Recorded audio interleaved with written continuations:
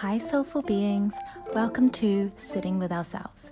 This podcast space is for the deep discussions and reflections on many different aspects and areas about life and ourselves. From psychology, mental health and well-being, to philosophy, life theories and concepts, and topics related to our society and beyond our world on Earth, we'll have conscious conversations with thought-provoking perspectives. This is our place of being, healing, and staying grounded with our souls. Hi, soulful being. Welcome to another episode of Sitting with Ourselves. Today we're going to talk about grief, and it's the grief that's specific to the loss of a loved one, the death of a loved one, a person or a pet. Death is an inevitable thing we'll all have to face at any point in our lives. Both the deaths of those we love and care about and the death of our own. But we're not going to talk about that whole topic in this episode. As mentioned, we'll be talking about dealing with loss and the grief in that loss. I'm going to read a blog post I had written on my website a while ago as part of this episode and weave it into my notes for this podcast. Let's begin the conversation on grief, which is a really important one to have and is also perceived as one that's really uncomfortable for many people because it's one of those experiences where people may not know what to say or worry about saying the wrong thing. There's no right thing to say, and it's okay to express that to the person and let them know you care about them and that you love them. Oh, grief. An experience and a fundamental one everyone would have to go through and face at some point in their lives. At any time when least expected or with a painful expectation, a loss, the death of a loved one has to be faced. This experience of grief and how to deal with and cope with loss is not taught or talked about enough, despite this being an important conversation and death an inevitable part of life. Oftentimes, it may be a small momentary thought passing by once in a while, and when we move on, thinking little of it if the experience of grief from loss has not yet touched our lives. First of all, what is grief? Grief is a complex emotional response to loss, and is a natural and necessary process that allows us to come to terms with our loss. It can be incredibly difficult and challenging, messy and unpredictable, and it is a process that is unique to each individual. Everyone experiences grief differently, and there is no right or wrong way to grieve. Jamie Anderson says, "Grief is really just love. It's all the love you want to give but cannot. All that unspent love gathers up in the corners of your eyes, the lump in your throat, and in that hollow part of your chest. Grief is just love with no place to go." When I experienced loss and grief as an adult, one action I took during my process of dealing and coping with this was researching about grief and loss, finding articles and community pages, reading and listening to conversations all about it, even on podcasts.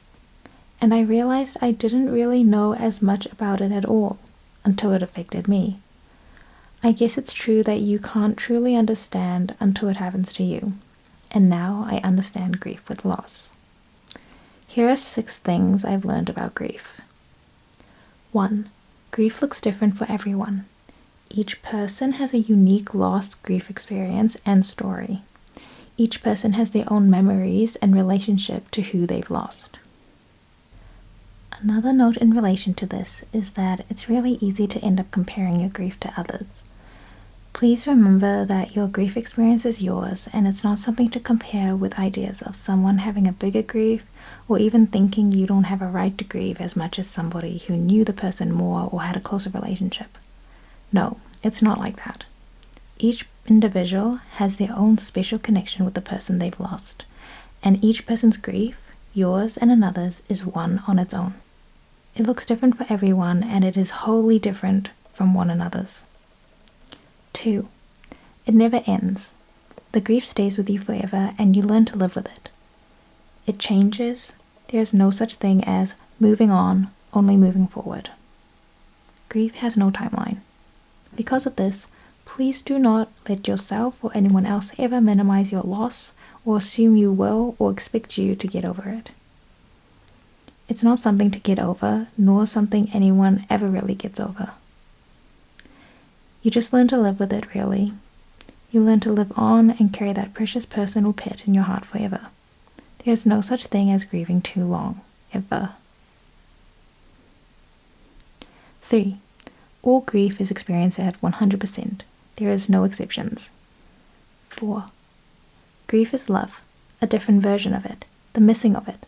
Love with nowhere to go. The unexpressed love you didn't get to share. What is grief if not love persevering? That is a quote, and a very loved quote.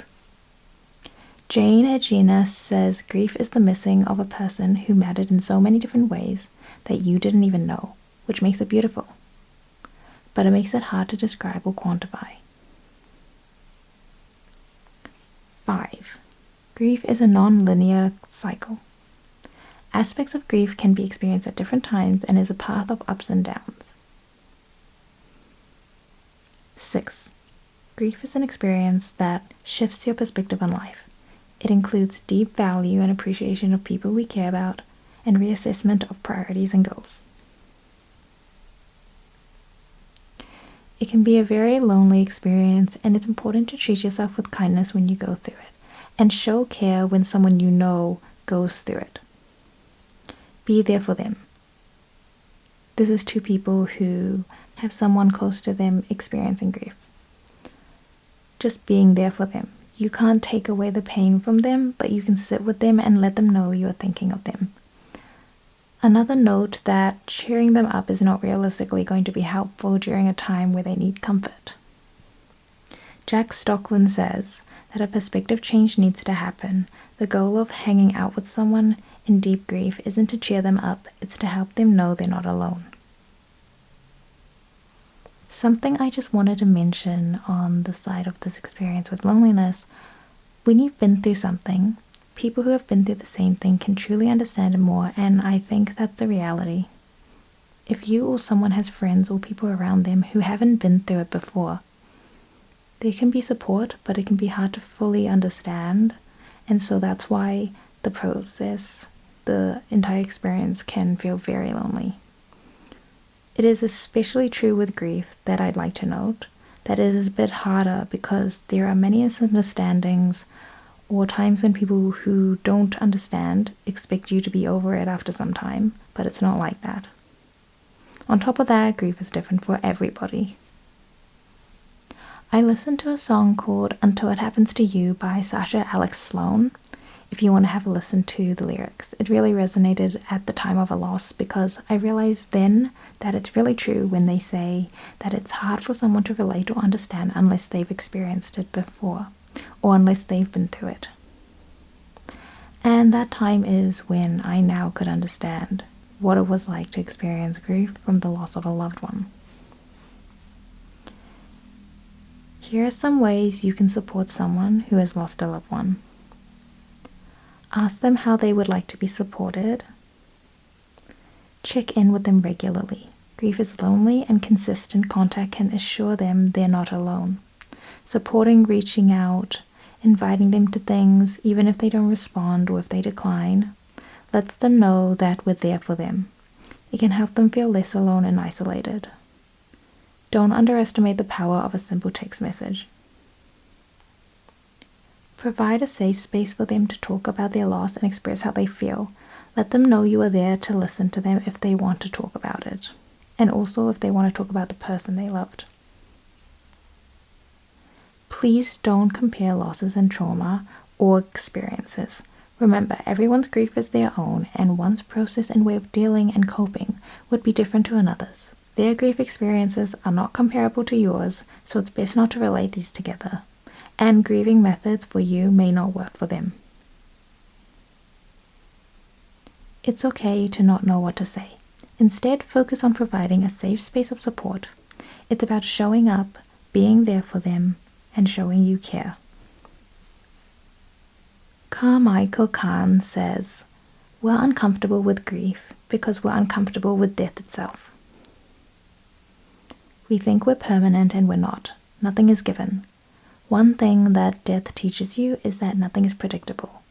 You accept that and you live the moments that you have in the most powerful ways that you can.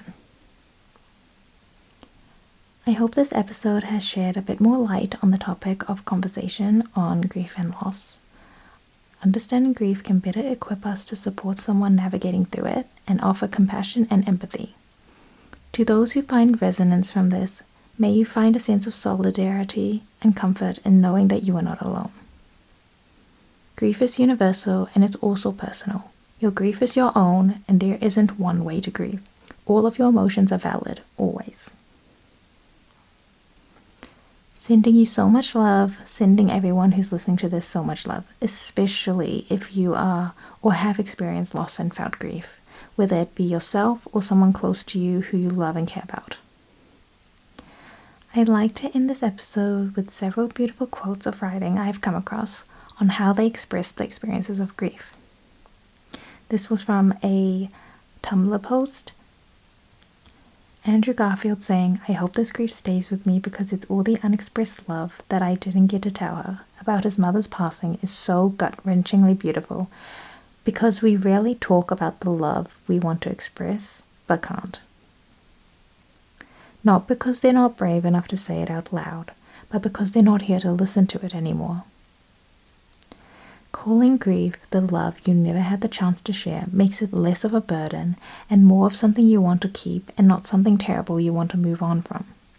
I love, love, love how everything about grief always comes down to what if grief if not love persevering. It's like you don't know what to do with it or the love you have for someone. You don't know where to put it now." Nick Cave said, "It seems to me that if we love, we grieve. That's the deal. That's the pact. Grief and love are forever intertwined. Grief is the terrible reminder of the depths of our love, and like love, grief is non-negotiable." This is from an Instagram post by Notes from Your Therapist. "Nothing has shaped my life like grief has. So when people say, 'When will you get over it?' my answer is, I hope never. Nothing has shaped my life around living, and who and what matters most to me more than the reality of how short it all is, and how much I want to be me while there's still time." Thank you so much for listening. I hope this has provided meaningful value to you. Take care and please remember that you are a very precious person and you are loved. Until next time. Bye.